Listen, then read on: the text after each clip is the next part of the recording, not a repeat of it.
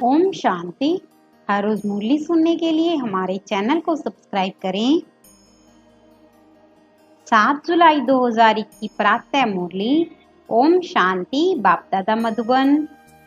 मीठे बच्चे, तुम यहाँ आए हो अपने सेहत सारी दुनिया की काया कल्पतरु बनाने। याद से ही काया कल्पतरु होगी। प्रश्न, नरकवासी से स्वर्गवासी बनने की विधि कौन सी है? अभी तुम बच्चों को जीवदान मिलता है, कैसे? उत्तर, नरकवासी से स्वर्गवासी बनने के लिए जरूर मरना पड़े। बाबा कहते, मैं आया हूँ तुम सबको मौत देने, तुम्हारी इस देह को खत्म कराए बाकी आत्माओं को ले जाऊंगा। यही सच्चा जीवदान है। इसके लिए यह महाभारत लड़ाई है जिससे सबका विनाश होगा। फिर आत्माएं पावन बन वापस घर जाएंगी, फिर स्वर्ग में आएंगी। गीत माता ओ माता। ओम शांति। मीठे मीठे रूहानी बच्चों ने गीत की लाइन सुनी, जगदम्बा की महिमा सुनी। जगदम्बा यहाँ भारत में ही गाई जाती है। जगदम्बा है तो जगत पिता भी जरूर होगा। जगदम्बा सरस्वती को ही कहते हैं। वास्तव में उनका नाम एक ही होना चाहिए। तुम्हारा भी नाम एक ही है ना? 2-3 तो नाम नहीं है। अब जगदम्बा को बरोबर साकार में दिखाते हैं। शरीरधारी है, जगत पिता भी है, जिसको प्रजापिता भी कहा जाता है। जैसे सारे जगत की अम्बा है, वैसे सारे जगत का पिता है। जरूर दोनों ही जहां होंगे। दोनों का नाम भी सुनाया। दोनों हैं प्रजापिता और प्रजा माता। अब दूसरा जगत पिता कहा जाता है निराकार शिव बाबा को, जो के सबके पिता हैं। उनका नाम ही है परम पिता, परम आत्मा शिव। सिर्फ ईश्वर व परमात्मा नहीं कहना है, उनका नाम रूप भी है ना। उनको गॉड फादर कहा जाता है। एक है आत्माओं का बाप, दूसरा है साकारी मनुष्य आत्माओं का बाप और मम्मा। शिव बाबा है आत्माओं का पिता। आत्मा कहती है वह हमारा बाप है। फिर आत्मा को यह साकार शरीर मिलता है तो कहते हैं ब्रह्मा बाबा। तो 2 बाप हो गए, एक शिव बाबा, दूसरा प्रजापिता ब्रह्मा। शिव बाबा का बच्चा है ब्रह्मा। एक निराकार पिता, एक साकारी पिता। निराकार पिता को कहा जाता है पतित पावन। ब्रह्मा व सरस्वती को पतित पावन नहीं कहा जाता। पतित पावन तो एक है, यह 2 हो गए। सब पुकारते हैं पतित पावन आओ, तो 2 बाप हो गए। शिव बाबा है रचयिता, नई दुनिया रचते हैं। तो पहले ब्रह्मा को जरूर रचना है। विष्णु और शंकर को कभी प्रजापिता नहीं कहते हैं, ब्रह्मा को ही प्रजापिता कहते हैं। तो शिव बाबा प्रजापिता ब्रह्मा द्वारा अडॉप्ट करते हैं। कहते हैं हम शिव बाबा के बच्चे हैं। शिव बाबा ने इसमें प्रवेश कर अडॉप्ट किया है। वही आत्माओं को पावन बनाते हैं। आत्मा ही पतित बनी है, इस कारण शरीर भी पतित मिलता है। सोने में चांदी, तांबे, लोहे की खाद डालते हैं तो आत्मा में भी खाद पड़ती है। असूल में आत्मा पवित्र मुक्ति धाम में रहने वाली है, जहाँ शिव बाबा रहते हैं। अब शिव बाबा प्रजापिता ब्रह्मा एक को बाप एक को दादा कहेंगे। यह तो तुम जानते हो। सब मनुष्य मात्र शिव की संतान हैं। शिव वंशी फिर हैं ब्रह्म कुमार कुमारियां। शिव बाबा और दादा इकट्ठे हैं। शिव बाबा इसमें विराजमान हैं। हमको ब्राह्मण बनाए राजयोग सिखाते हैं, मनुष्य को देवता बनाने। देवताएं रहते हैं सतयुग में।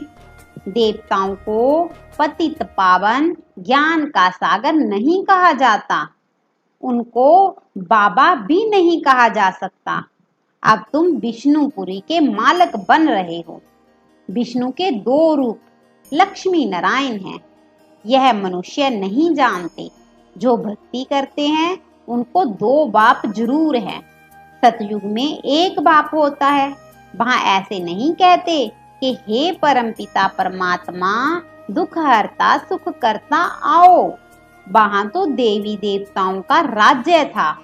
वे कभी हे गॉडफादर लिबरेटर नहीं कहेंगे। वहां कोई पतित दुखी होते ही नहीं जो पतित पावन को बुलाएं। तुम जानते हो भारत में आज से 5000 वर्ष पहले देवी देवताओं का राज्य था। पीछे फिर 1250 वर्ष बाद होता है राम सीता का राज्य। बाप सिद्ध कर बताते हैं सतयुग त्रेता में तुमने 21 जन्म लिए। ब्राह्मण देवता क्षत्रिय सब भारत में ही बनते हैं। बाप आकर पुरानी दुनिया को नया बनाते हैं, रिजुवनेट करते हैं, काया कल्पत्रु का बनाते हैं, अमर बनाते हैं। तुम बच्चों को बाप आकर अमरलोक का मालिक बनाते हैं। जब भारत अमरलोक था तब देवताओं का राज्य था। सीढ़ी उतरते उतरते मृत्यु लोक में आकर मालिक बने हैं। कहते हैं ना हमारा भारत तो प्रजा भी मालिक हुई ना। तुम भी कहेंगे हमारा भारत। हम भारत के मालिक थे परंतु नरकवासी। देवताएं कहेंगे हम स्वर्गवासी हैं।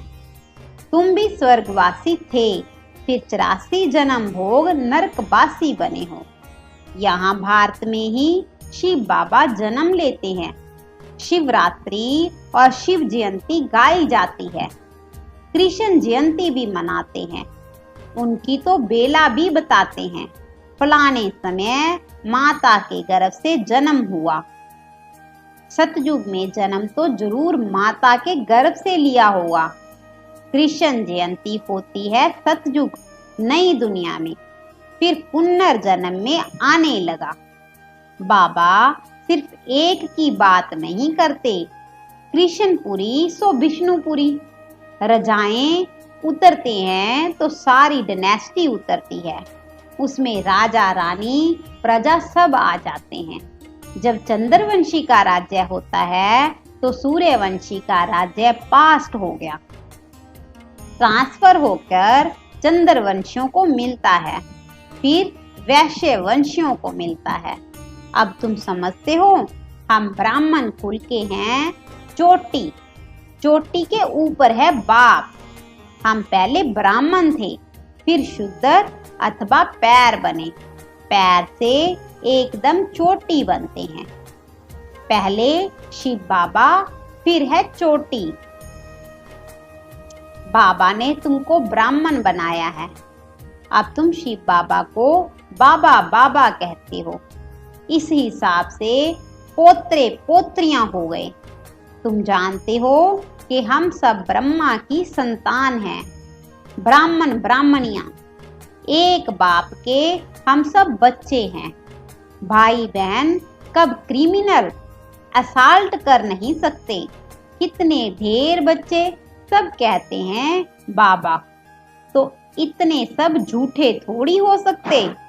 सबका बाप तो वही निराकार शिव और साकार प्रजापिता ब्रह्मा है। बस एक बाप के बच्चे भाई बहन ठहरे। तुमको पवित्र जरूर बनना है।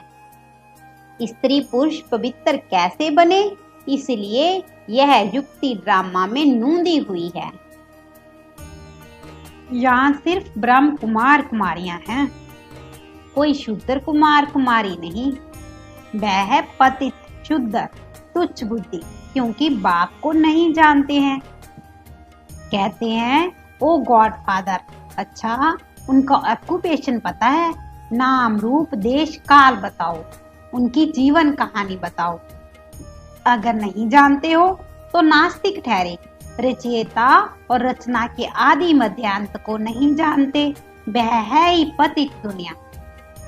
सतयुग पावन दुनिया, कलयुग को पतित दुनिया कहा जाता है। इस समय बिल्कुल तमो प्रधान है। इनको रौरव नरक कहा जाता है।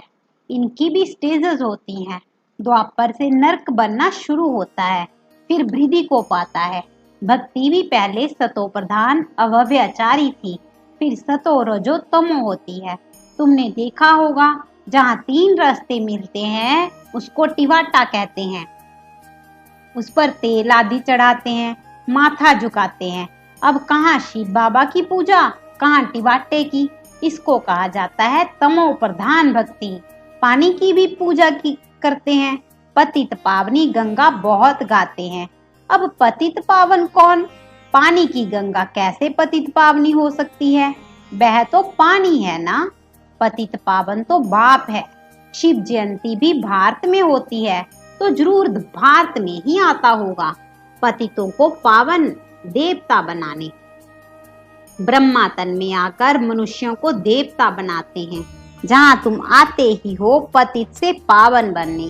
जैसे तुम्हारी 2 भुजाएं हैं, वैसे उन्हों की भी 2 भुजाएं हैं। 4-8 भुजा वाला कोई मनुष्य होता नहीं। यह अलंकार दे दिए हैं। चतुर्भुज दिखाया है प्रवृत्ति दिखाने के लिए। विष्णुपुरी लक्ष्मी नारायण की पुरी को कहा जाता है। वैष्णव अक्षर भी विष्णु से निकला है। देवताएं वैष्णव थे। बल्लवाचारी वैष्णव होते हैं। वेजिटेरियन, वह कोई निर्विकारी नहीं होते हैं। उन्हों की बड़ी हवेलियां होती हैं। वैष्णव का अर्थ ही नहीं समझते हैं। विष्णुपुरी में रहने वाले को वैष्णव कहा जाता है। वैष्णव पवित्र को कहा जाता है।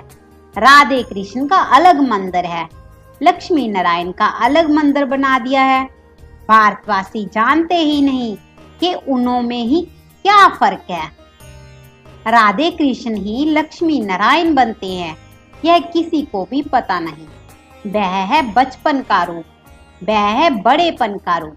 लक्ष्मी नारायण के छोटेपन के चित्तर कोई है नहीं। लक्ष्मी नारायण को सतयुग में, राधे कृष्ण को द्वापर में ले गए। अभी तुम रचयिता बाप और रचना के आदि मध्यांत को जान गए हो। बाबा झाड़ का भी राज समझाते हैं, ड्रामा का भी राज समझाते हैं। झाड़ को देखने से समझेंगे कि शंकराचार्य तो कल युग में आते हैं। सन्यासियों की डायनेस्टी सतयुग में तो हो नहीं सकती। सब भगवान के बच्चे हैं तो स्वर्गवासी होने चाहिए, परंतु स्वर्गवासी तो सब होते नहीं हैं, सिर्फ देवताएं ही होते हैं। अभी तुम ब्राह्मण वंशी बने हो, फिर देवता बनेंगे। पवित्र जरूर बनना है। तुम जानते हो, छोटे बड़े सब ब्रह्म कुमार कुमारियां हैं। दोनों कहते हैं बाबा, हम आपके बच्चे हैं, ब्राह्मण हैं। यह है बाप दादा, आदि देव ब्रह्मा और शिव बाबा। तुम जानते हो, हम ब्रह्मा बाबा और शिव बाबा के सामने बैठे हैं।